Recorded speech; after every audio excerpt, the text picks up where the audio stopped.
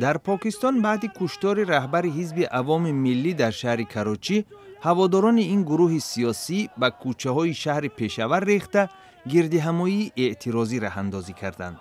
گردآمدگان شاهراه مرکزی این شهر شمال و غربی پاکستان را بسته، طالبان و نیروهای امنیتی پاکستان را با کشتار دکتر ضیاءالدین متهم کردند.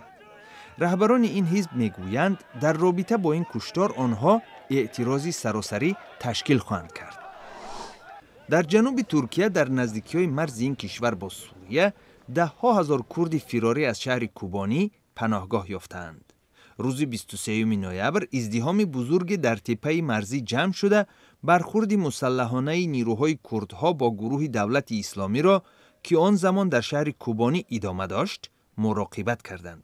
بسیاری از فراریان کرد در کوبانی یار و اقربا دارند. در شمال سوریه زنان کرد به واحدهای نظامی حمایت مردم که با نام YPG معروف است شامل می شوند.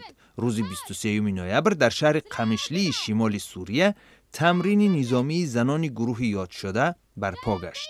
ماه‌های اخیر سلاح به دستان گروه دولت اسلامی به مناطق زیادی کردنشین در سوریه و عراق حمله نموده صدها هزار نفر را به ترک مکان دائمی زیستشان مجبور کردند. در شهر آستانه قزاقستان هوای سرد باعث شد که مکتب‌ها و کارخانه‌ها روزی استراحت اعلان کنند. سردی هوا به 26 درجه تحت صفر برابر شد. در نتیجه بسیاری از ماشین و تجهیزات از کار ماندند و مردم روز سرد را در خانه گذراندند.